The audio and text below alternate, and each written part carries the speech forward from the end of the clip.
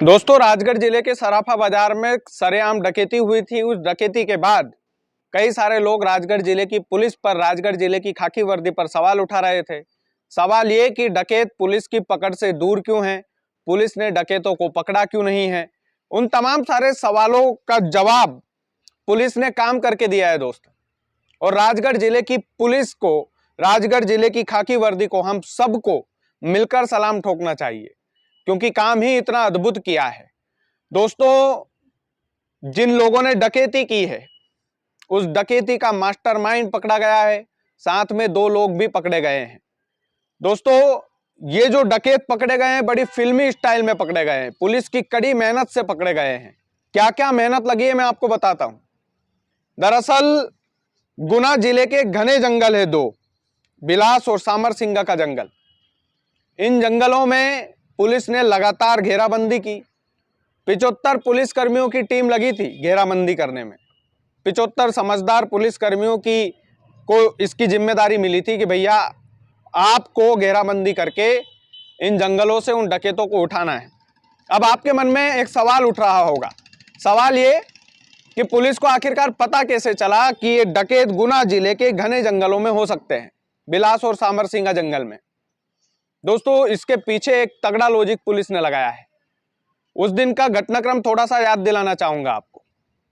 जब ये डकैत डकैती करने आए थे तो इन्होंने सबसे पहले रेकी की होगी। रेकी मतलब पहले आकर देखा होगा कि कहां पर कौन सी दुकान है, किस दुकान को हमें टारगेट करना है, किस दुकान से हमें चोरी करना है, कितने लोग लगेंगे, कितना भारी शटर लगा हुआ है, कहां कहां पर सीसीटीवी फुटेज लगे हुए हैं। ये तमाम सारी रेकी की होगी इन्होंने। और रेकी के बाद में ये डकैत घुसे होंगे सराफा बाजार में। घुसे होंगे क्या, घुसे ही थे। उसके बाद लोगों को पता चला कि यहां पर कुछ चोर आए हैं चोरी करने के लिए, तो लोगों ने हो हल्ला किया, पकड़ने की कोशिश की। तो दोस्तों, इन लोगों ने क्या किया, इन लोगों ने किया कि उन लोगों पर फायरिंग की और गुलेल से हमला भी किया। फायरिंग और गुलेल से हमला किया। यह बात ध्यान रखने लायक है। ध्यान रखने लायक क्यों है, मैं आपको आगे बताऊंगा। उसके बाद जब ये डकैत भाग रहे थे तो बाइक चोरी करके, भागते भागते इन्होंने बाइक उठा ली और बाइक उठा करके रास्ता बदल करके निकल गए। दोस्तों, इसी पैटर्न पर चोरी करता है पारदी गैंग। पारदी गैंग का परंपरागत चोरी करने का तरीका ही यही है कि जब वो चोरी करते हुए पकड़े जाते हैं तो गुलेल से भी हमला करते हैं, फायरिंग भी करते हैं और भागते भागते बाइक को चोरी भी करते हैं।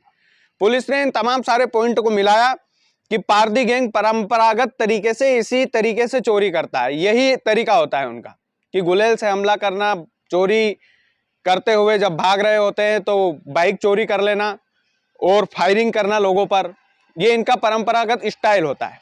तो राजगढ़ जिले के एसपी पुलिस कप्तान अमित तोलानी बताते हैं कि हमने 75 लोगों की टीम बनाई थी पुलिस कर्मियों की, और लगातार उन घने जंगलों में पुलिस कर्मियों ने 42 घंटे तक घेराबंदी की दोस्तों।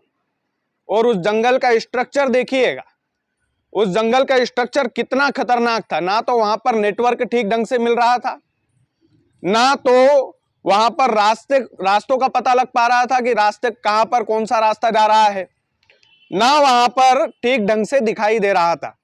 और पुलिस कर्मियों की सबसे बड़ी चुनौती यह थी कि उनको पैदल पैदल इस जंगल में जाना था।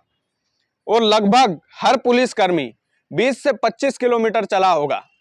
और चला कैसे होगा दोस्तों, जैसे आर्मी स्टाइल में पुलिसकर्मी चलते, आर्मी स्टाइल में आर्मी वाले चलते हैं कि नहीं, दबे पैर, किसी को भनक नहीं लगनी चाहिए कि कोई ना कोई आ रहा है। दोस्तों, दबे पैर, फुर्तीले अंदाज में, अंधेरे में, बिना नेटवर्क के ये लोग 75 पुलिसकर्मी, जिनमें से 3 तो राजगढ़ जिले के एसडीओपी भी थे इस पूरे सर्च ऑपरेशन में। दोस्तों, 42 घंटे तक घेराबंदी की। उसके बाद पारदी गैंग का जो मास्टरमाइंड है वो भी पकड़ा गया और उसके साथ 2 उसके अन्य साथी भी पकड़े गए। टोटल 3 लोग गिरफ्तार हुए। दोस्तों, इस पूरे मामले में एक तो भरमार बंदूक मिली इनके पास से, 115 टोपी मिली, 15 जिंदा कारतूस मिले 12 बोर के, 6 बाइक जब्त हुई, 1 गुलेल और 30,000 रुपए नगद इनके पास से पकड़े गए। ये जंगल में गुजर बसर कैसे करते थे, ये छुपते थे।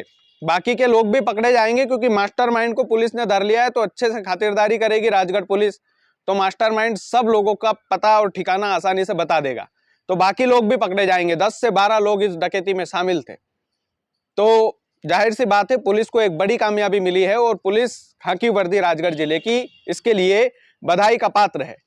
दोस्तों, सबसे बड़ी बात इसमें क्या रही कि पुलिस पर जब सवालिया निशान दागे जा रहे थे, राजगढ़ जिले की पुलिस पर जब लगातार सवाल उठाए जा रहे थे, तब राजगढ़ जिले की पुलिस घने जंगलों में घेराबंदी कर रही थी और ये 3 लोग पकड़े गए हैं। ये तीनों के तीनों मेन हैं और इसमें से एक मास्टरमाइंड है जिसका नाम है जीवा पिता रोवा पारदी, रोगा पारदी या जो भी होगा, जीवा नाम है उसका, जीवा पारदी।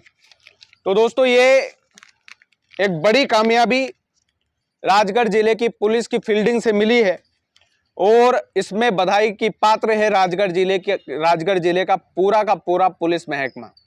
दोस्तों, एक बात और मैं आपको बताना चाहता हूं इसमें कि राजगढ़ जिले की पुलिस ने जब ये घेराबंदी की होगी, राजगढ़ जिले की पुलिस जब लगातार जंगलों में पैदल दबे पांव चल रही होगी, राजगढ़ जिले की पुलिस के जवान जब इतनी कड़कड़ाती ठंड में जंगल के बीच में, धुंध के बीच में, उनको ढूंढना भी मुश्किल हो रहा होगा कि ये कहाँ छिपे है कहाँ नहीं।